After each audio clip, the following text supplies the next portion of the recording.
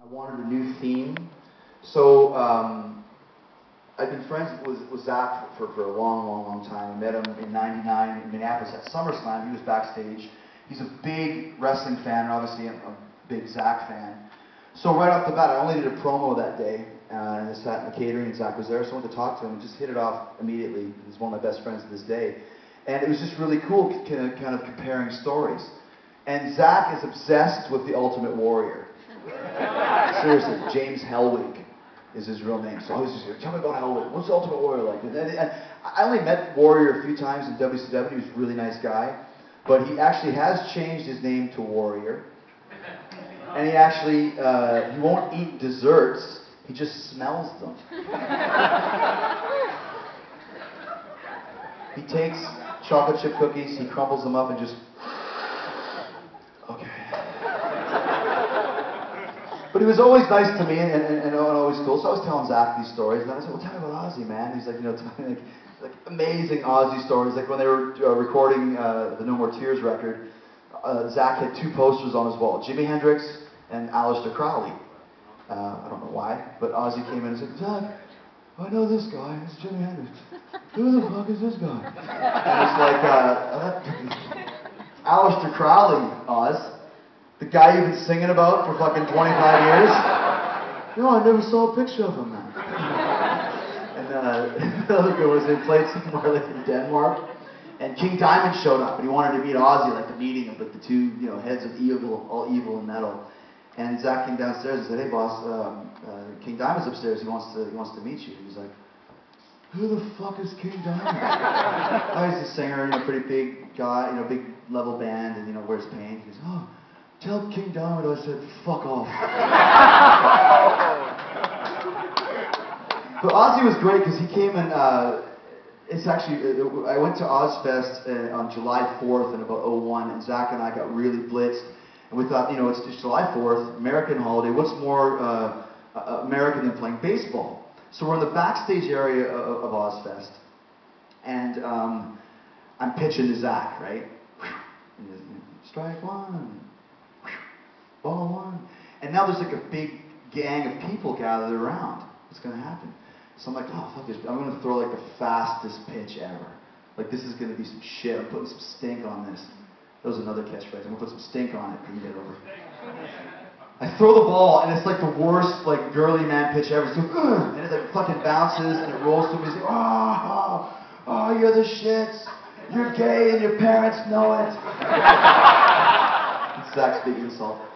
And everyone's laughing, too. I'm like, this mother, now you're going to get it. I take the ball, and I throw it as fast as I can. This is like, and Zakk swings, and he connects.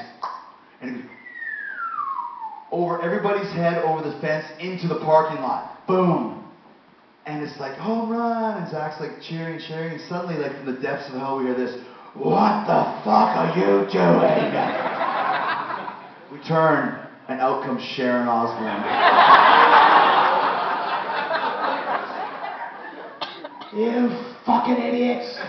What the fuck are you doing? If you fucking hit somebody on the head with this baseball, we'll lose the whole fucking festival! Zakk, what the fuck is your problem? And then she looks at me, and who the fuck are you?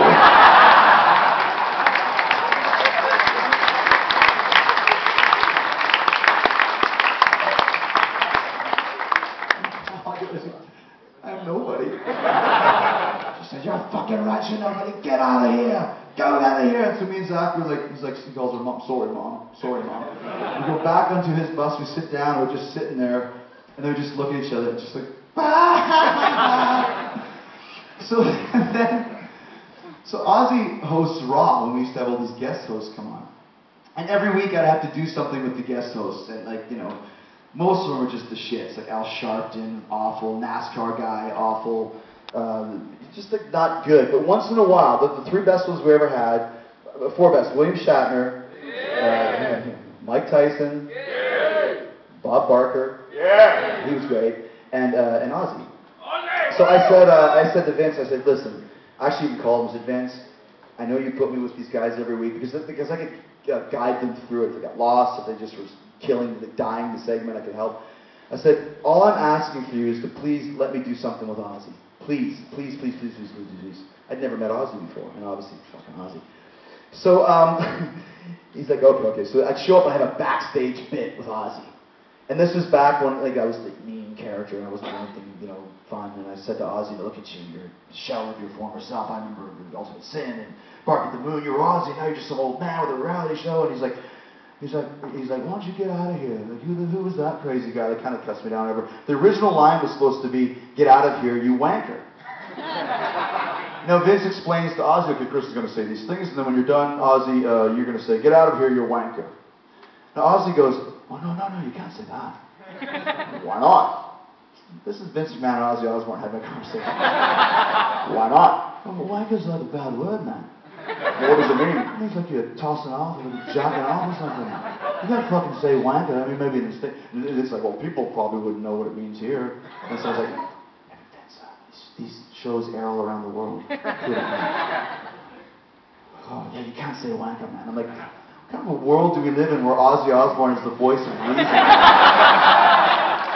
And how not to swear on American TV.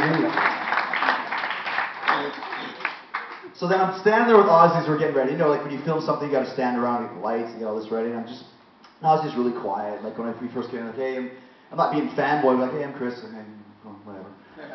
So I'm standing like, fuck. I always wanted to ask Ozzy one question. Someone asked me, I said, I always wanted to know, there's a song on Diary of a Madman called SATO. What does it stand for, Ozzy? And the rumor was that it stands for Sail Across the Ocean. Does it stand for something? No. When I get stuck on writing a song, if I can't think of a title, I'll just use an acronym. I'm like, first of all, fuck, Ozzy knows what an acronym is?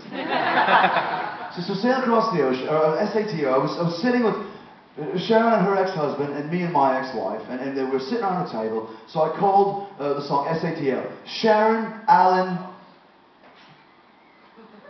Thelma, Ozzy. He forgot his first wife's name. And I was like, oh, that's fucking awesome. He has a song called AVH. I don't know what's AVH? That's what Austin Villa Highway. It was right near my house.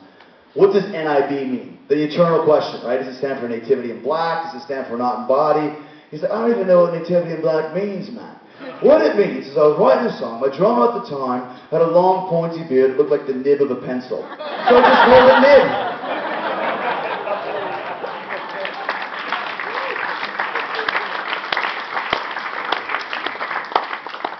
So then I saw Sharon, and she came over, and I said, Sharon, I'm Chris, you know, I actually am good friends with Zakk. Oh, Zakk, we love him so much. I was like, actually, I did meet you once before. And I told her the story with, you know, and he came up to me and asked, who the fuck are you? And she's like, oh my God, I'm so sorry. Ozzy. Now he's like, he thought that was the best thing. I was like, who the fuck are you, man? Oh, who the fuck are you? Oh! Go do our shit, and Santino Marella had dressed up like Ozzy in the Diary of a Madman record. Remember with the blood and the thing? And he walks by Ozzy, and I was like, that guy looks just like me. That's the idea, Ozzy. He's supposed to look like me. He looks at me and goes, who the fuck are you? And then I saw him 2 weeks later at the Golden Gods Awards that I was hosting. He's like, here he is, Ozzy Osbourne. He walked across the stage, and I went like this. He walked right past me. He had no idea who I was. So yeah, so the point being that Zakk and I have been great friends for years. I asked Zakk to do my new theme song, kind of a heavier version of Break the Walls Down, which he did very low key, and break the walls down. You know, he sings like kind of an Ozzy Axl type thing. And I thought it was great, like super heavy and just really cool. I played it for Vince and Kevin Dunn. He's like, this is the shit. This is terrible. And I'm like, really? Oh, it's awful. And it's like, okay, awful? That's terrible. You're